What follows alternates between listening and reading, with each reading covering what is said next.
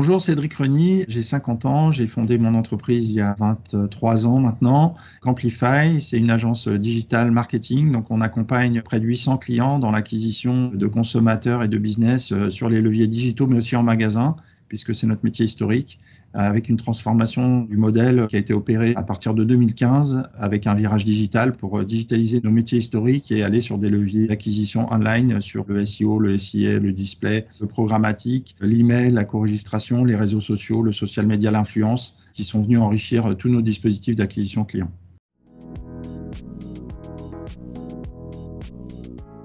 Notre plus beau succès, c'est d'avoir réussi à transformer notre business model. On a démarré sur le marché de l'offre de remboursement. Vous savez, les petits coupons qu'on trouve en magasin ou online maintenant, où on vous rembourse 50 € sur l'achat d'un appareil. C'est des marchés qui ont connu des baisses assez significatives avec la digitalisation des modes de consommation. Et on a, à partir de 2015, fait près de 8 acquisitions qui font qu'aujourd'hui, le groupe a retrouvé une croissance à 2 chiffres avec une très forte rentabilité, n'a plus de dette. Donc, on a démontré notre agilité à s'adapter et à accompagner nos clients sur des leviers de croissance adaptés aux usages des consommateurs d'aujourd'hui, qui sont le digital.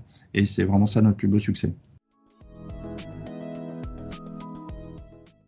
Oui, c'est nos résultats annuels 2021, puisqu'on clôture notre exercice au 30 septembre 2021. Une année historique, 31 millions d'euros de chiffre d'affaires, 21 millions de marge brute, une croissance organique à 12% et des résultats qui sont aussi historiques, avec des taux de profitabilité jamais atteints. On a aussi la publication de notre T1, qui est un petit peu en retrait. Malgré tout, on voit que les nouvelles activités digitales continuent leur croissance et on a juste un contre-coup sur les activités historiques de shopper, activation, qui sont un petit peu en retrait par rapport à l'année dernière. On avait aussi connu l'année dernière un fort rebond en sortie de confinement sur 2020 et du coup, on le paye un petit peu aujourd'hui, mais les fondamentaux restent bons et on reste confiant sur le modèle qu'on est en train de construire d'agence digitale. On doit développer notre offre sur des grands comptes et structurer notre marketing, ce qu'on est en train de faire.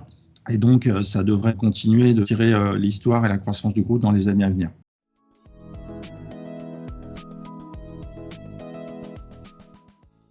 Alors, on est une société cotée, donc c'est plutôt NextStage AM qui nous a choisis. Je pense qu'ils ont mis quelques années avant de rentrer à notre capital en observant qui on était, ce qu'on faisait, notre marché, en essayant de bien le comprendre. Nous, on avait levé 7 millions en bourse en 2010. Ça nous a permis justement d'opérer cette transformation dans les années 2015, quand on a eu des baisses de business sur nos métiers historiques.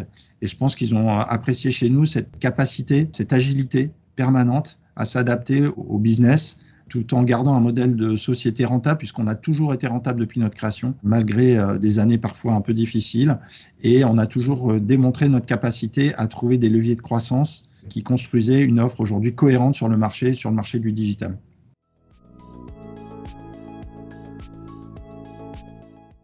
Alors, j'en ai pas un, j'en ai deux. Le premier, c'est d'écouter son marché, d'écouter ses clients. Souvent, je vois des entrepreneurs qui ont des idées, des intuitions qui sont souvent pertinentes. Ils ont parfois du mal à faire des petits mouvements qui permettent de faire que cette idée ou cette intuition devienne un business qui soit rentable. Parce que la seule bonne idée qui compte, c'est celle qui se vend. Et ceux qui s'entêtent parfois dans une idée peuvent ne pas réussir, alors que l'idée reste bonne, mais qu'il y a des petits mouvements à faire pour écouter son marché. Et la deuxième, c'est souvent bien, et j'ai vu beaucoup de réussite, sur des binômes, souvent un binôme commercial marketing avec un binôme plus technique. C'est souvent des binômes qui fonctionnent bien. D'ailleurs, moi-même, quand j'ai démarré ma société, nous étions 2 associés et j'aurais jamais réussi sans mon associé.